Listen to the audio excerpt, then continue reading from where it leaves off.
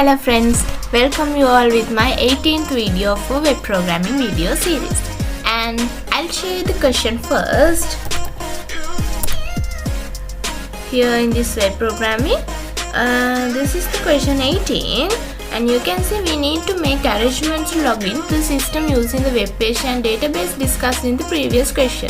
That means I request you to watch my previous video, that means video 17 for web programming video series, before watching this video, because this user registration section was discussed in my previous video, and here I am wishing to discuss about this user login site.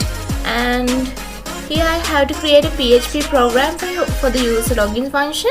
In this case, every field should be validated using a suitable format. If you have provided the correct information when you click the login button, you should be redirected to the main page of the website.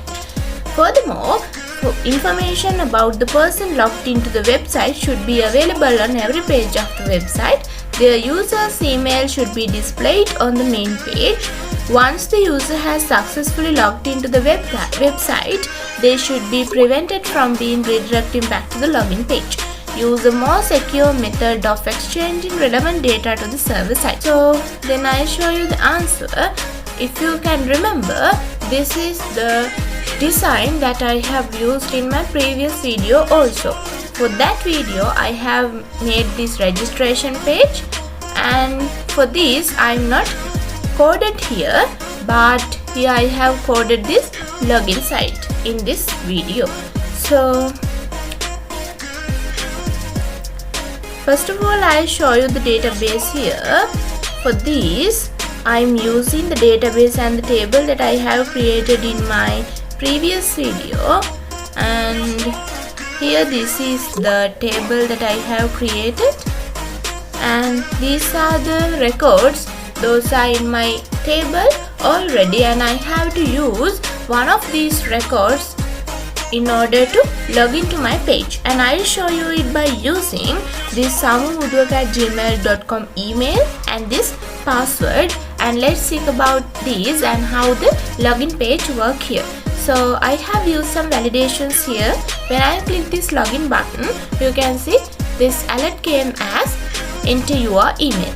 So I have to enter my email as I am entering the email samuudwaka@gmail.com, and here then I am pressing this button also again. Then I have to enter my password. Then I am entering another password. Instead of 123, I am entering 12, and if I am going to log in here, it says that invalid details I have been entered to this. So then I am entering the correct password here as 123, and then I am going to log in. Then it says that wow, you are done. So then I am going to the main page. I have named it as home18.php because this question is the 18th question. So then here, as this is came from the session that I have created before, so let's see about the session here. This is the PHP SSID that has been created, and if I am trying to go to the ans_q18 PHP file again, it's preventing by redirecting to this home page, that means to the main page again. That here the logged user's email address is displayed here, and then if I am deleting this cookie and there is no cookies, then I can go to the ans_q18 PHP file again. Then that is the way of using cookies and the sessions for a user login. And I'll show you the code first. Here this is my code, and here in Q18 folder you can see the index file.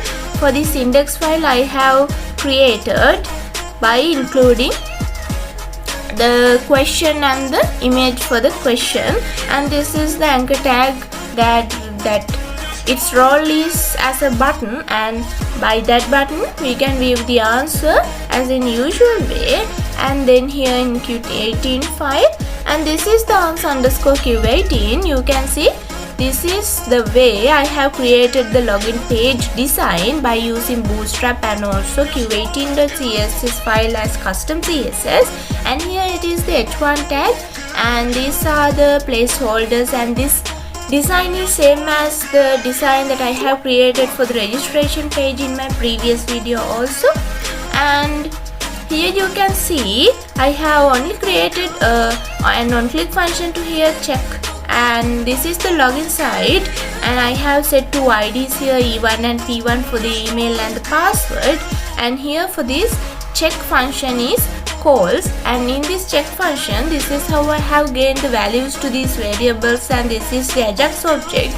Then I have passed those into the server-side process18.php, and here it is the process18.php file. First of all, I have created a session start here because I have created a session named as users for storing the results that gained by fetch a sock of the logged users.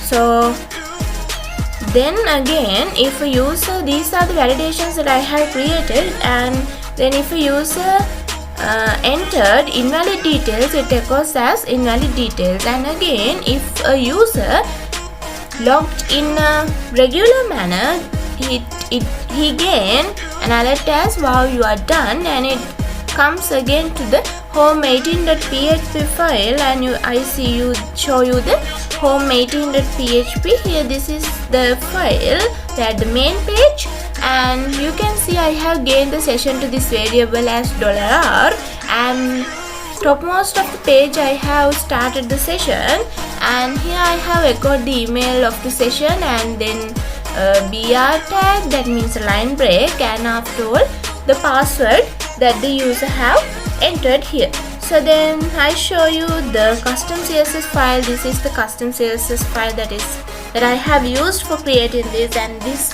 custom CSS are also same as the CSS that I have used in the previous video.